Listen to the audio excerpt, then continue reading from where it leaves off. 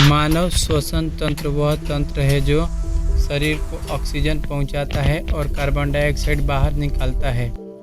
हवा की यात्रा नाक, नासिका गुहा, ग्रसनी, कंठ नली, श्वास नली, ब्रोंकाई, ब्रोंक्यूल्स, एल्वियोली, रक्त।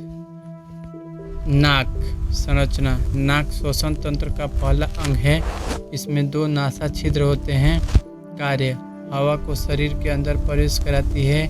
नाक के बाल धूल और बड़े कणों को रोकते हैं। हवा को गर्म करती है।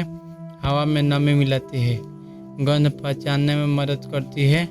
महत्वपूर्ण तथ्य मुंह की बजाय नाक से सांस लेना अधिक सुरक्षित होता है।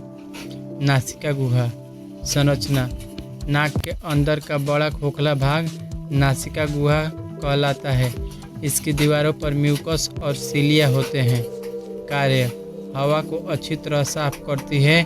बैक्टीरिया और वायरस को रोकती है। हवा को नम बनाती है। हवा को शरीर के तापमान के अनुसार गर्म करती है। ग्रसनी संरचना यह नाक और मुंह के पीछे स्थित एक नली है। कार्य हवा को कंठ नली तक पहुंचाती है। भोजन और हवा दोनों का सामान्य मार्ग है। कंठ नली संरचना इसे वॉइस बॉक्स भी कहते हैं। कार्य आवाज़ उत्पन्न करती है। इसमें वोकल कॉर्ड्स होते हैं जो एपिग्लोटिस भोजन को श्वसन नली में जाने से रोकता है। श्वसन नली संरचना लगभग 10 से 12 सेमी लंबी नली। इसमें सी आकार की उपास्थि होती है जो हड्डी को सटने से बचाती है। कार्य हवा को फेफड़ों तक पहुंचाती है। अंदर की सीलिया धूल और गंदगी को बाहर निकालने में मदद करती है। ब्रोंकाई संरचना श्वसन नली 2 भागों में बंट जाती है।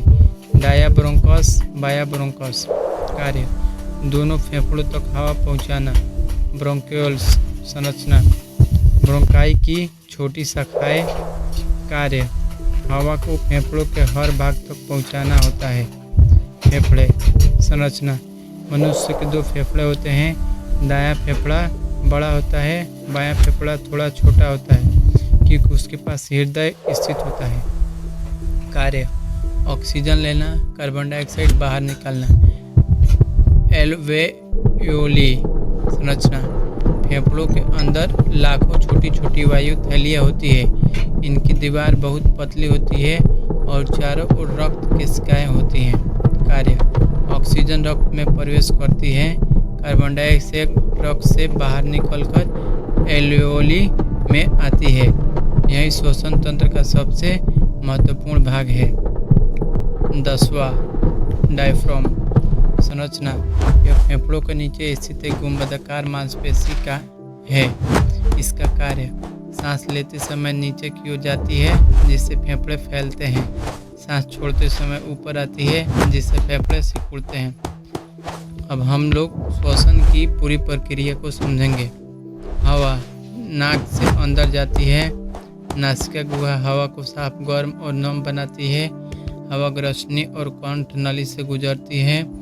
श्वास नली हवा को फेफड़ों तक ले जाती है। ब्रोंकाई और ब्रोंक्यूल्स हवा को एल्वियोली तक पहुंचाते हैं।